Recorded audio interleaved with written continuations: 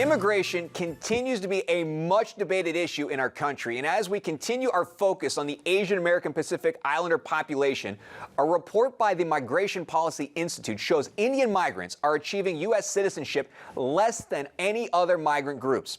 Each migrant has their own story, and Spectrum News 13's Jeff Allen has the story of a woman who faced immigration struggles after she lost her husband to a hate crime.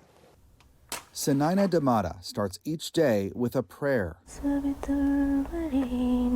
Her Hinduism religion guiding her life. It teaches you the good ways to lead, leading life, and not to hurt anybody, not to harm anybody, but to support one another. It's faith that's helped carry her forward since that February day back in 2017 when police showed up at her front door to let her know someone had murdered her husband, Srinivas Kuchibotla. For me, it felt like the earth beneath my feet was taken away. She later found out the killer walked into a bar in the Kansas town they were living in and targeted her husband and his friend because of what they looked like and because they were from another country. That made her question whether she belonged here in the United States. The words he used, and get out of my country, that's when I made my mind, no, I'm gonna stay here. And because Srinu did not deserve a death like this. Unpacking mementos that bring back memories from their marriage. Key West was our last trip that we did as a couple. Sanina says she not only had to deal with grief, but also the real fact she might have to leave the country for good. When her husband was killed, she lost her immigration status through his work visa. He was literally my 911. Anything, call Srinu. Like, Srinu this, Srinu that, Srinu, what do I do? And to not to have that person and to not to able to grieve for that person, I think that made it more painful.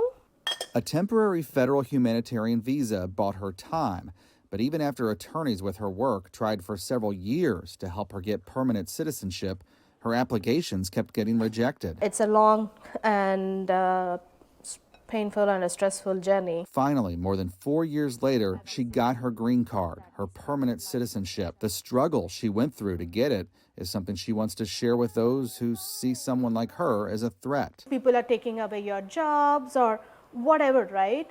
But if they get to see that how hard it is for us to get a job or to maintain the legal status to the country and to get your permanent residency and all of that, that will what change the perception towards immigrants. If I can open it. Sanina moved to Orlando for a fresh start, and she now leads a group called Forever Welcome. Its motto, We All Belong. Its logo, a symbol of what it stands for. The sides of the diamond represent the 7 continents, and the different colors then represent all people from these different races, ethnicities, and different cultural backgrounds, and everybody coming in. Every day, she gets renewed strength. He's up there, he's still looking after me. By praying in front of a home altar built by her husband. It just takes me even closer to that spiritual connection and helps me continue to move on. Move on with a mission that could prevent someone else from suffering her husband's fate. In Orlando, Jeff Allen, Spectrum News.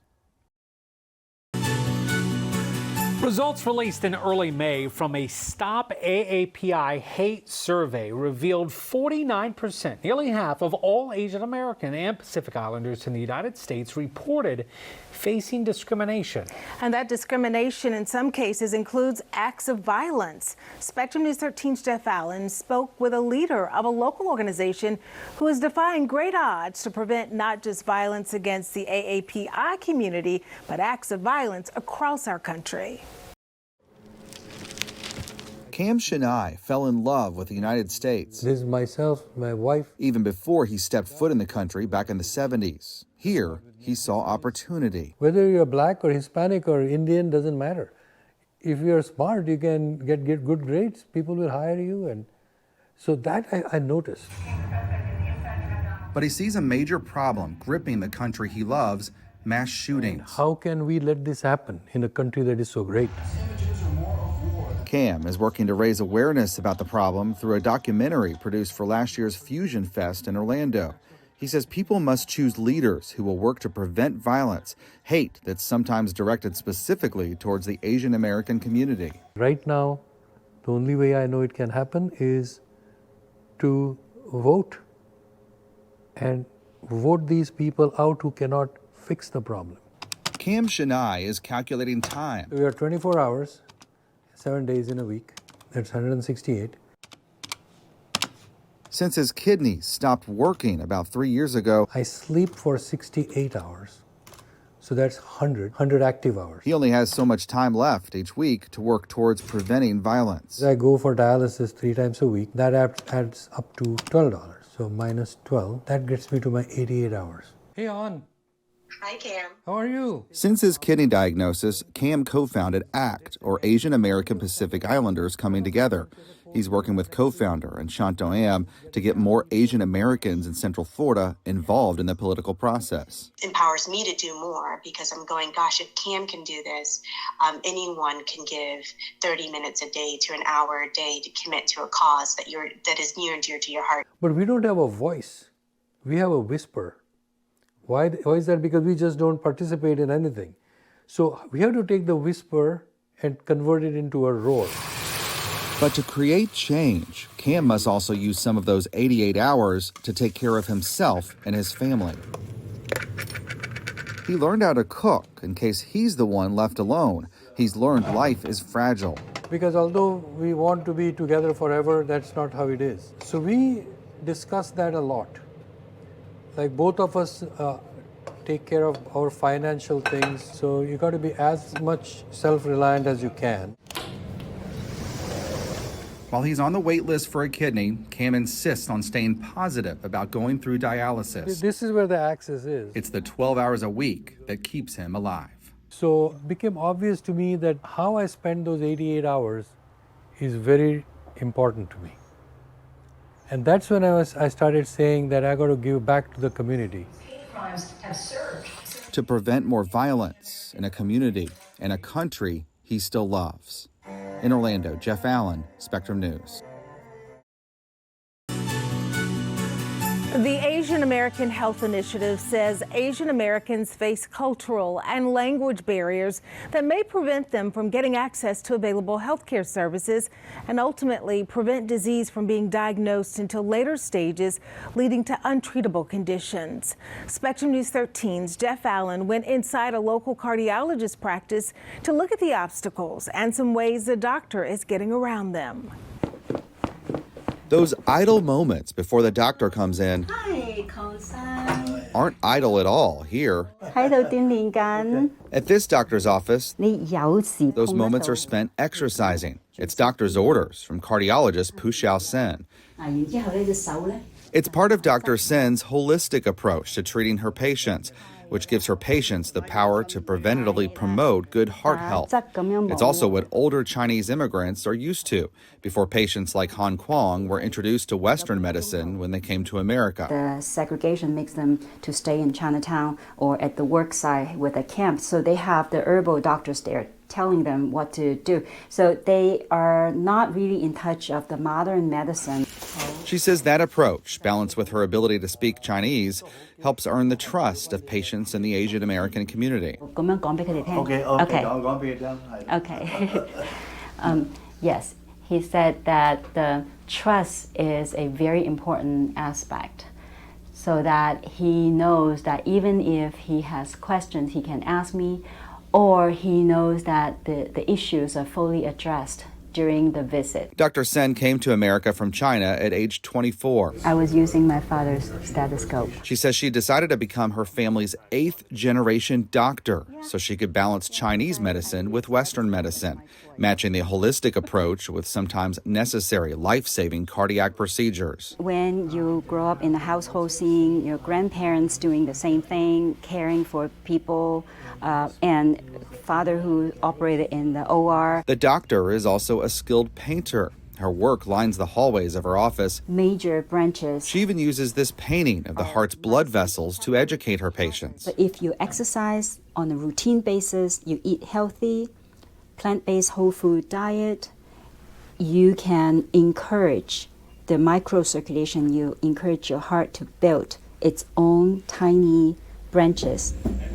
Xubing Xie is in for a routine checkup. 你好, Mrs. Shea. 你好, 早上好. They both can speak English, but talk in Chinese to ensure they both have a full understanding of what's going on with her health. Some words you just don't find the English word fit for it, But I can explain it to her.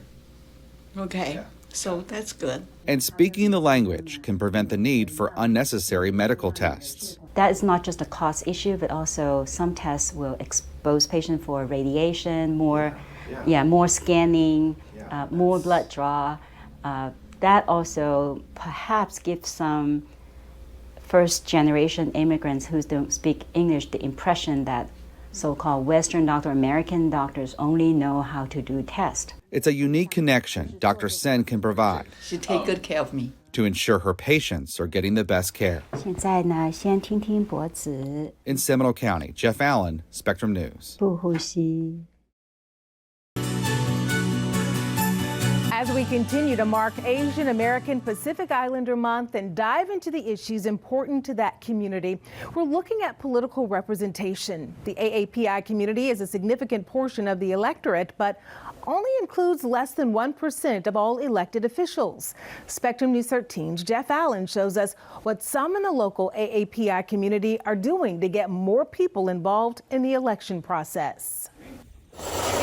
Amy Akamine is setting up for an acting audition. Amy Akamine, I'm 5'2", and I live in Orlando. It's a dream she began pursuing at age 60. I need to, do something I've always wanted to do and that I dreamed of doing. So I decided to do it now. It's a dream she would have pursued decades ago, but she didn't feel like she had a chance in Hollywood. Back in the early 60s, 70s, there's no one that looked like me. But Akamine isn't just working to make sure Asian Americans are visible in the entertainment industry. She's also trying to push for more representation in the electoral process. A process she says some in her community may be skeptical of because of how that process was in their home country. As the president of the Asian American Pacific Islanders Coming Together, or ACT, she's working with several other local organizations to increase voter turnout among the community's Gen Z and women voters, which she says was low during the last election. We really are into wanting to partner because we can't do this alone, So our goal is to do that in a way that makes the most sense and really focus energy around, the segments that we believe would make a big difference for us as we move towards, 2024. Akamine is working with Orange County Supervisor of Elections Bill Cowles to expand her organization's adoption of more precincts. Byron will get you the paperwork. Perfect. For 2024. Yes. The idea is to not only get more Asian Americans signed up to vote, we want to increase, as you know, voter registration. Right, that's key. but to also make their voting experience less intimidating. Being able to see someone like you, that, is out there voting and having a comfort level, to come in and that maybe there is a need for translation. Not to say that it's, required all the time, but, if it exists, then, hopefully it'll draw more people to want to come out and vote. So. Akamine and other members of her organization staffed their first adopted precinct during the last election. This location is just off of Mills, the Mills district, which is, Colonial and Mills. So being the location right here, we thought this would be a first great place to start in, getting the voter or, awareness out about voting. Back at home, Akamine looks back at memories from childhood. There I am. She was born in the U.S. right after her parents moved here from Japan. There's my mom. So older picture of her, but with my brothers. Oh, there I am. There's me. She says there's been a lot of progress from the days where she just wanted to fit in and not stand out. But she says for Asian Americans to have a voice, they must speak up and be an equal part of the democratic process. I love this country. This is the greatest country in the world. It's just, would like to be more, involved and seen while we're here. In Orange County, Jeff Allen, Spectrum News.